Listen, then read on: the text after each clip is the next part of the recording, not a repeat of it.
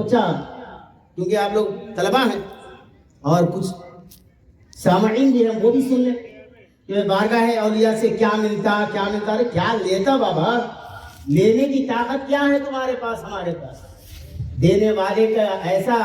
وہاں خزانہ ہے کہ وہ خزانہ دیتے دیتے نہیں تھکتے، ہم لیتے لیتے تھک جائیں گے۔ بارگاہ بندنواز وہ بچہ ایک بار گیا، خوب پڑھ گیا،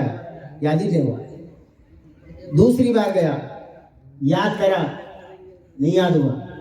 تیسری مرتبہ جا کر بڑا غم زدہ حالت میں جا کر پڑھتے پڑھتے اس کو رونا آ گیا کہ بندہ نواز میں آپ کی بارگاہ میں آیا ہوں، سن کے آیا ہوں کہ فلاں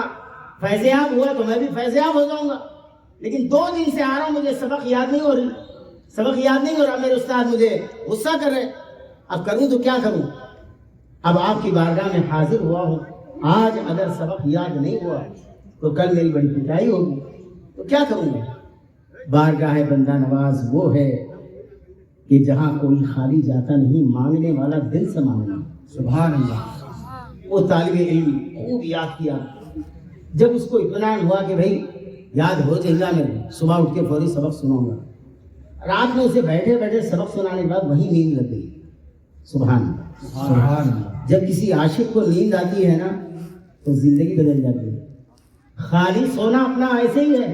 وہ تو اپنا احساس ہوتے چور آ کے چوری کر لے کے آتے پتہ نہیں چلتا، لیکن وہ سونا اور ہے، یہ سونا اور ہے۔ جب وہ سو گیا طالب علم تو سرکار بندہ نواز یسوع دراز رحمت اللہ تعالی علیہ خواب میں آتے ہیں، سبحان اللہ، ماشاء اللہ۔ بندہ نواز خواب میں آتے کیوں کہ وہ مدرسے کا نام ہی بارگاہ دارالعلوم بندہ نواز ہے، انہی کا مدرسہ انہی کی بارگاہ میں، تو لوگ نام رکھ لیتے ہیں لیکن بندہ نواز کا فیض نہیں ملتا، فیض اسی کو ملتا ہے جو بندہ نواز سے محبت کرتا ہے، سبحان اللہ۔ بندہ نواز خواب میں آ کر کہنے لگے پیارے آج سے تو جو بھی پڑھے گا تجھے یاد رہے گا، سبحان اللہ۔ کوئی بزرگ آئے اس کو سمجھ میں آئے نہیں، آخر میں جب جاتے وقت جو چہرہ دیکھا تو یہ سمجھ گیا کہ کوئی عام آدمی نہیں، ایک دم نیند میں سے چمک ٹوٹ گیا، دیکھا تو پورا جہاں لیٹا پورا روشن روشن ہے، اب اٹھ کے جلدی وضو وغیرہ بنا کے پڑھنے لگا۔ جب استاد کے پاس گیا 3 دن کا جو سبق 3 دن سے پڑھ رہا تھا اس سے پہلے کا لے کر اب تک کا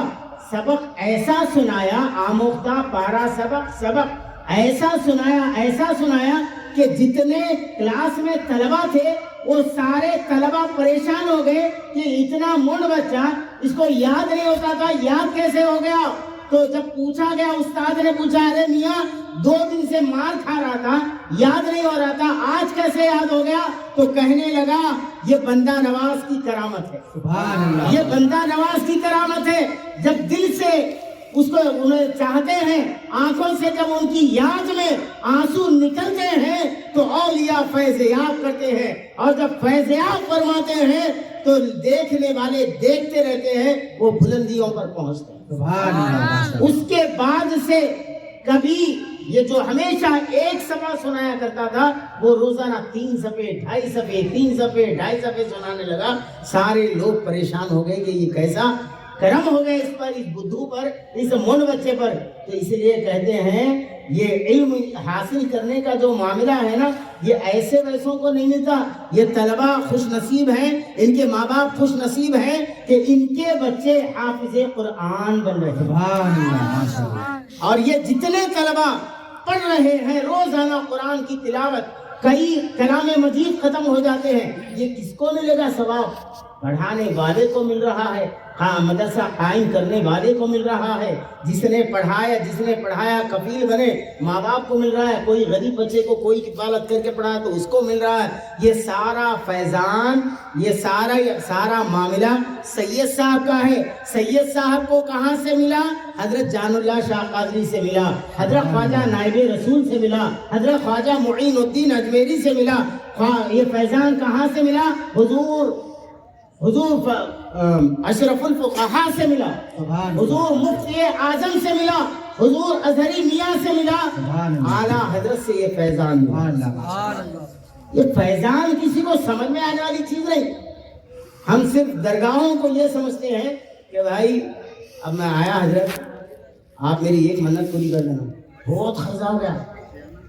ٹو مچ خرچہ ہو گیا, کیا کروں اس کو نہیں آ رہا, بچیوں کی ذمہ داری, بچوں کی ذمہ داری, فلاں کی ذمہ داری. اب وہ خیر بیچارہ انہیں سیدھی لائن کا رہا تو درگاہ پہ آتا, نہیں بولے تو سیدھا جاتا باٹلوں کی دکان.